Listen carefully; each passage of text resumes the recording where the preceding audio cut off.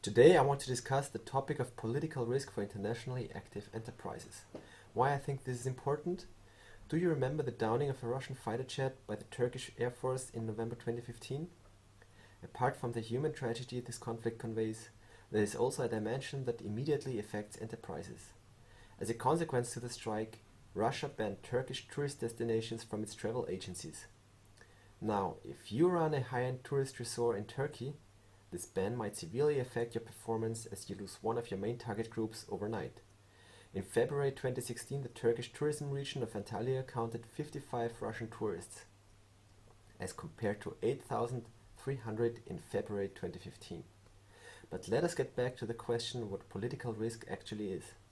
In international business studies, political risk is understood as actions or decisions that are carried out by the host country's public authorities or a country's societal movements that negatively impact or interfere with the operations that are typically expected from the international enterprise and have negative consequences for the company's performance in the host country.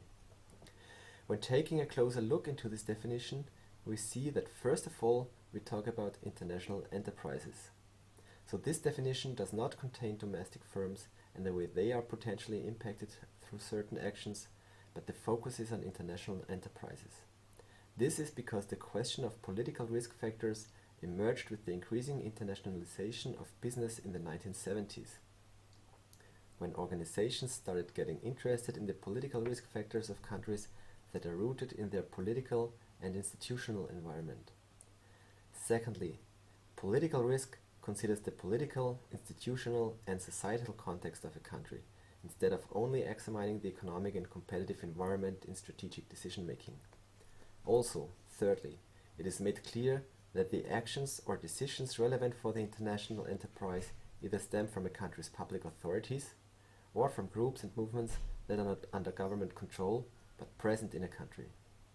The latter refers to terrorist movements or rebel groups that might endanger the operations of an international enterprise.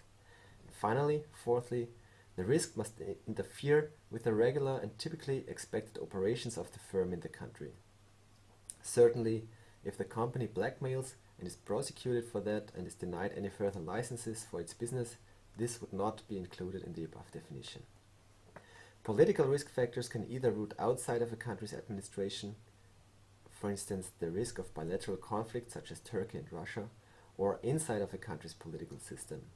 In the latter case, we can identify variables such as institutional ambiguity, which is the duality of formal and informal institutions, or secondly, systemic favoritism, which would be the preferential treatment of in-group members, and thirdly, systemic corruption, which refers to the illegal exchange of goods or services against monetary contributions.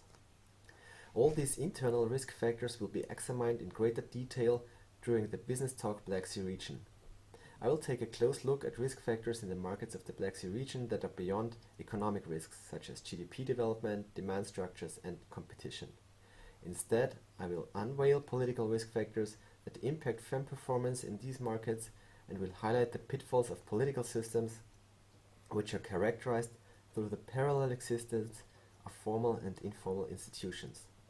Following a brief theoretical insight into political risk analysis, I will discuss a number of cases from the Black Sea region and conclude with managerial implications of these political risk factors. Created using Powtoon.